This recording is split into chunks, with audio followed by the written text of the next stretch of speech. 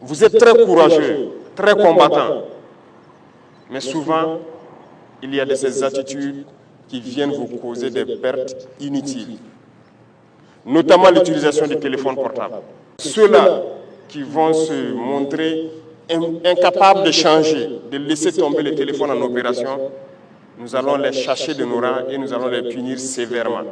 Parce que nous n'allons pas permettre que par la faute de quelqu'un qui a une addiction au téléphone, mettre la vie des autres en danger. Vous imaginez, vous êtes en détachement sur votre position. De bons soldats montent la faction, concentrés à leur poste, ils finissent, ils descendent, ils doivent se reposer.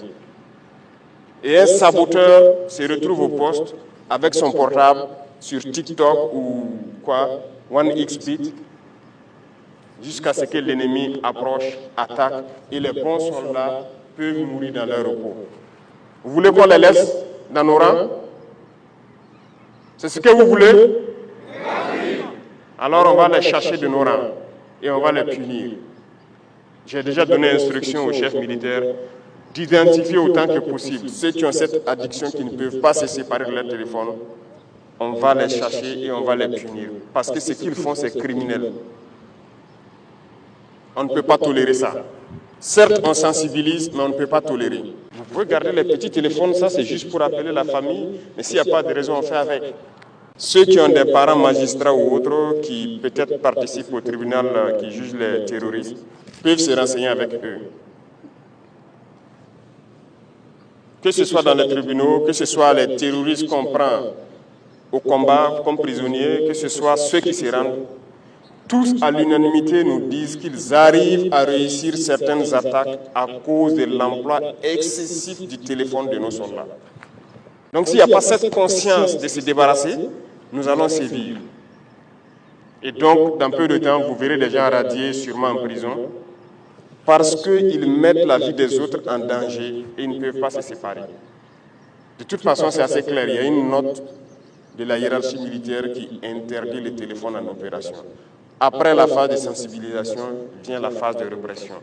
Nous n'allons pas tolérer que des gens mettent la vie des autres en danger. Même votre propre vie que vous mettez en danger avec le téléphone, vous n'avez pas le droit, parce que vous ne vous appartenez pas. Un militaire, il appartient à l'armée. Vous ne vous appartenez pas, vous n'avez pas le droit de faire ce que vous voulez. Vous faites ce que l'armée veut.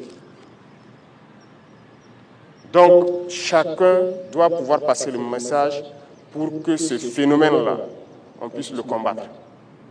Si je le dis avec insistance, c'est parce que c'est assez grave. Ça vient annihiler votre courage souvent. Et ça vient faire souvent qu'on perd de bons combattants.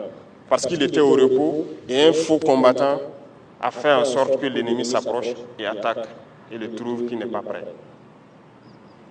Donc combattez cet usage excessif du téléphone-là et passez le message aussi clair que je vous le passe à vos camarades. Je sais qu'ici, vous trouverez des soldats de toutes les classes. Passez ces messages aussi clairement.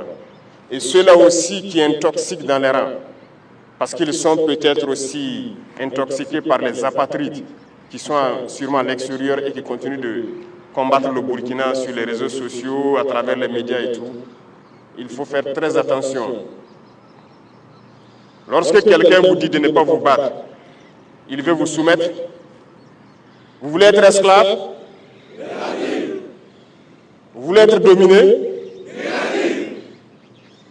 Donc, il faut se battre.